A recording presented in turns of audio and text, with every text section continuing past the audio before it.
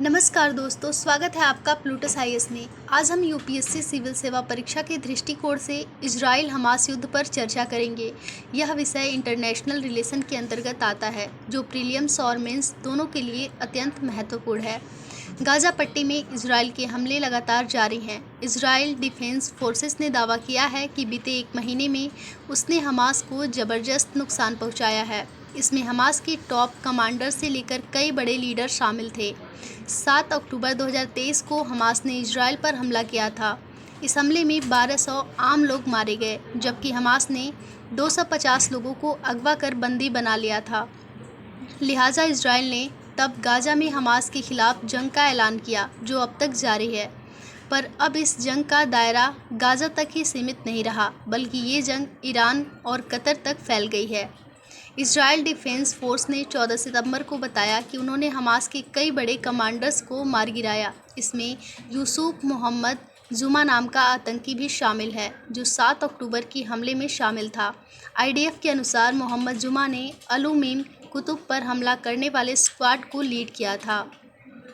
पिछले महीने आईडीएफ सैनिकों ने गाजा में कई हमास आतंकियों और फील्ड कमांडरों का सफाया कर दिया। इसमें यूसुफ मोहम्मद जुमा भी शामिल थे।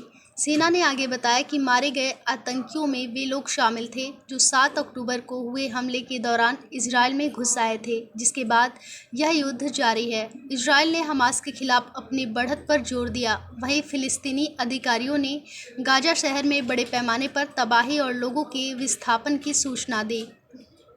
फिलिस्तीनी अधिकारियों ने कहा कि इजरायली सेना ने कम से कम 30 रिहायशी इमारतों को तबाह कर हज़ारों लोगों को अपने घरों से भागने पर मजबूर कर दिया। दूसरी ओर इजराइल ने कहा कि उसका इरादा गाजा शहर पर कब्जा करने का है, क्योंकि ये हमास लड़ाकों का आखिरी गढ़ बन गया है। इजरायली अधिकारियों का तर्क है कि इस क्षेत्र पर नियंत्रण हासिल करना हमास के सैन्य और राजनीतिक ढांचे को ध्वस्त करने के उनके अभियान का हिस्सा है। इस बीच अमेरिकी विदेशी मंत्री मार्को रूबियो ने 14 सितंबर को इजरायली नेताओं से बातचीत के लिए इस क्षेत्र पहुंचे। रूबियो के 16 सितंबर तक इजरायल में रुकने की उम्मीद है। रूबियो शेष बंधकों की रिहाई और लड़ाई थमने के बाद गाजा के पुनर्निर्माण की योजना बनाने पर चर्चा करने की उम्मीद है। रूबियो ने अपनी यात्रा से पहले पत्रकारों से कहा कि जो हो गया सो हो गया, हम इजरायली नेतृत्व से मिलेंगे और हम भविष्य के बारे में बात करेंगे। वॉशिंगटन यानी अमेरिका का अनुमान है कि ये हमास ने 7 अक्टूबर के हमले के बाद से लगभग 48 बंधकों को अभी भी बंधक बना रखा है। यह संघर्ष शांति की दिशा में लंबा सफ़र दर्शाता है। UPSC student Al Jazeera Times of Israel से अपडेट रहें। यह विषय इंटरव्यू में पूछा जा सकता है और ऐसे ही लेटेस्ट न्यूज़ से अपडेट रहने के लिए हमारे इस चैनल को लाइक करें, शेयर करें और सब्सक्राइब करें।